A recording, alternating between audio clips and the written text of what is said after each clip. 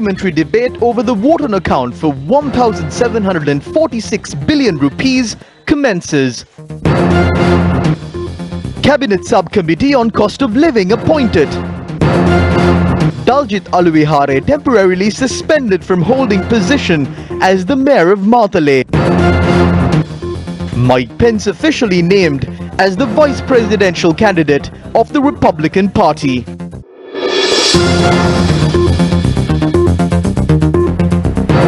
Good evening and welcome. This is Lunchtime News on TV1. On to those stories in detail. The parliamentary debate on the vote on account amounting to 1,746 billion rupees is currently underway. The vote on account, presented by Prime Minister Mahinda Rajapaksa, will come into effect from the 1st of September to the 31st of December this year. There were unsettled bills worth 242 billion. When the new president was elected in November 2019, the opportunity to uplift the economy did not become a reality because of the inadequate power in parliament. I prepared to make amendments to settle the bills in February. The current opposition, which had the majority at the time, obstructed me. As a result, the opportunity to uplift the country's economy was delayed. Against a backdrop, such a budget is being presented to this House. This vote on account is presented in order to bear the expenses of the government from September 2020 to December 2020. An amount worth 1.9 trillion rupees is allocated, and for which 1.3 trillion rupees is set as the loan limit. We will present this as an appropriation bill. මේ පරිපූර්ණ ගාස්මෙන්තු ඉදිරිපත් කරන්නේ. මම සියලු පරිපූර්ණ ගාස්මෙන්තු 20 වර්ෂ සඳහා විසර්ජන පනක් මගින් අපි ඉදිරියේදී ඉදිරිපත් කරනවා. අතුරු සම්මත ගිණුමක් සම්මත කරන්න ඕනේ පාර්ලිමේන්තුව මිසක්. Vote on account should be passed by the parliament, not by the secretary to the finance ministry or the president. There is a conflict in the section 3 of clause 150 in the constitution. According to section 3 of clause 150, in a given year, before the appropriation bill becomes a law of the country, when the president dissolves the parliament, which is what happened this time, if the parliament has not allocated funds to the expenses of the state, if the president deems funds are required for state services, the president has the power to use the funds in the consolidated fund 3 months after the date the parliament is convened, which means power has been vested only for a period of 3 months after the date of the parliament is convened, not from the time the parliament is dissolved. Based on what is being informed by the secretary of the ministry, there is no right to pass a vote on account. අතුරු සම්බන්ධ ගිණුමක් ඇති කිරීමේ බලයක් නොතිබෙන බවයි අපගේ ස්ථාවරය. මා හිතන්නේ විපක්ෂයේ සමහර മന്ത്രിවරු හිතාගෙන ඉන්නේ. Certain ministers from the opposition are thinking that we will not be able to manage this. Also during the past, when the war was going on, when our country was facing huge challenges, certain people from the opposition were under the impression that we will not be able to face these challenges. However, their thoughts were defeated, and I believe it will be the same this year as well. In more headline-making news, Attorney-at-Law Lalit U. Gamage, the Governor of the Central Province, temporarily suspended Daljit Nandalal Aluvihare, the Mayor of the Matale Municipal Council, from holding his position with immediate effect. In an extraordinary gazette dated the 25th and issued today, retired High Court Judge Kusala Sarojini Veerawardena was appointed to inquire and report within 3 months' time whether the Mayor of the Municipal Council of Matale has committed any misdeeds described in Section 277, subsection 1 of the amended Municipal Council Ordinance. It adds the Commission shall have the powers of a commission appointed under the Inquiry of Commission Act pertaining to this inquiry. The extraordinary gazette further noted Sandanam Prakash, presently the Deputy Mayor of the Matale Municipal Council, is directed to perform the duties and use of power of the Mayor of Matale Municipal Council with immediate effect. With Daljit Aluvihare being temporarily suspended as the Mayor of Matale, a group of SLPP supporters lit firecrackers opposite the premises of the Matale Municipal Council. In more news from Parliament, Samagi Janabalawege inquired about appointing chairpersons for the Committee on Public Accounts and the Committee on Public Enterprise from the opposition earlier today. When speaking of COP and COPA, traditionally the post of chairman for these committees were handed over to the opposition MPs. I believe you as the speaker would follow that tradition. Can you provide an answer to this? COP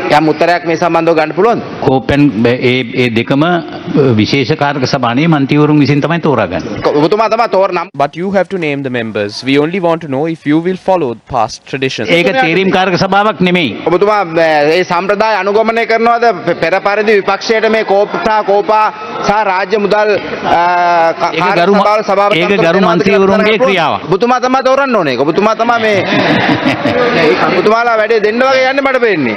රාජ්‍ය ගිණුම්කාරක සභාවේ සභාපති I would like to inquire from the Prime Minister if post of chairman for COPE and COPA would be given to the opposition. සභා දෙන්නට රජයේ කටයුතු කරනවද නැද්ද කියලා මම අත් වශයෙන්ම ගරු අගමැතිතුමාගෙන් අහන්න කැමතියි මේ වෙලාව.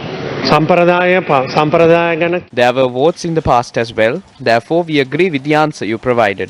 ඔබතුමා දුන් තීරණය තමයි මන්ත්‍රීවරුන්ට සභික මන්ත්‍රීවරුන්ට තේරීමේ අයිතිය තියෙනවා.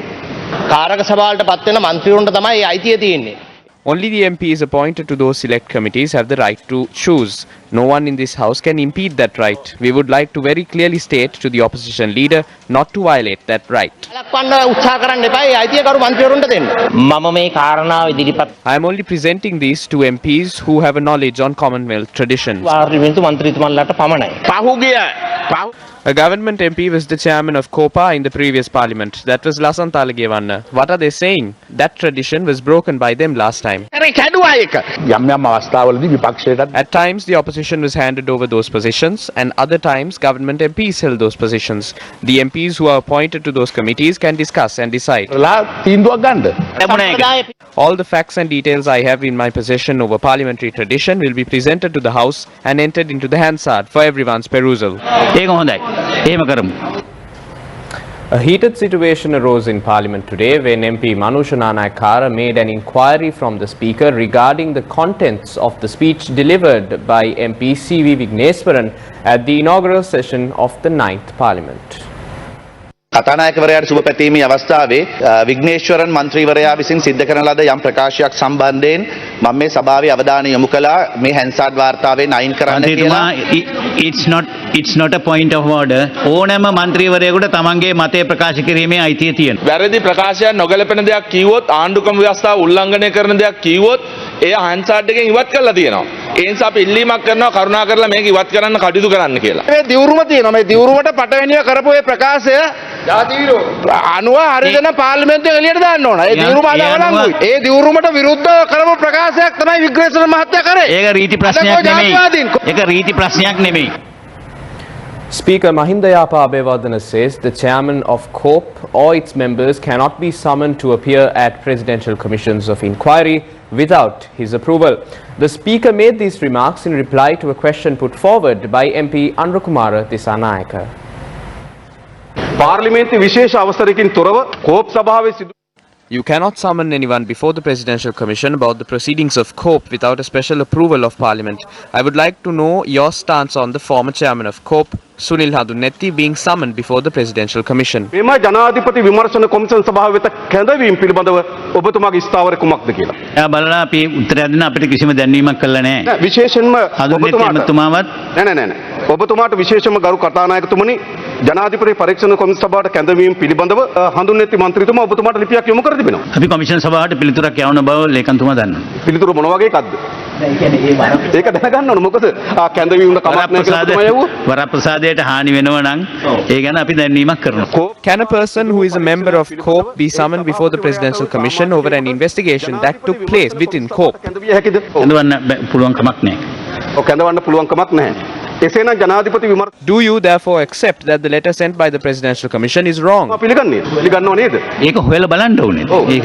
මොකක්ද ලියුමනේ කියන්නේ? The Cabinet has approved the amendment of several tax laws to simplify the tax system in the country. Views were expressed on this at the media briefing convened to announce Cabinet decisions. 2019 November 27 වෙනිදා අමාත්‍ය මණ්ඩලය ඉතා වැදගත් තීන්දුවක් ගන්නවා ආර්ථික පුනර්ජීව. On the 27th of November 2019, the Cabinet made an important decision, that is to introduce a simplified tax system in the country. Based on that decision, Cabinet approval was granted to draw up proposals and gazette amendments to 4 acts. Cabinet approval was also given to advise the legal draftsman to draw up amendments for the Inland Revenue Act number 24 of 2017 and the VAT Act number 14 of 2002. සංශෝධනයේ අවශ්‍ය සංශෝධන සිදු කිරීම නීති කිරුම්පත් සම්පාදකට උපදෙස් ලබා දීම සඳහා අමාත්‍ය මණ්ඩලයේ අනුමැතිය ලබා දුන්නා. The cabinet decided to appoint a cabinet subcommittee on cost of living, which will be headed by the president. The cabinet subcommittee will comprise of the Minister of Trade, Agriculture, Fisheries, Plantations, and also state ministers Lasantha Alagiyawanna, Shashendra Rajapaksa and Arundika Fernando. They will meet in the future to discuss matters pertaining to the cost of living in the country. Cabinet approval has also been provided to construct a flyover in Slave Island, Colombo. ශ්‍රී ලංකාවේ වැඩිම වාහන තදබදය පවතින ස්ථානයේ විදියට The area surrounding the Slave Island railway station has been identified as the area with the most intense traffic congestion in Sri Lanka. To ease the congestion, 2 flyovers, one in Uttarananda Mawatha and Akbar Mawatha, will be constructed. The estimated cost of the construction would be 6 billion rupees. වියදම් වෙනවා රුපියල් බිලියන 6ක්. And with that, we bring to a close today's edition of Lunchtime News on TV1. I'm Jayama Ratnayake for the Newsfirst team. Take care and stay safe.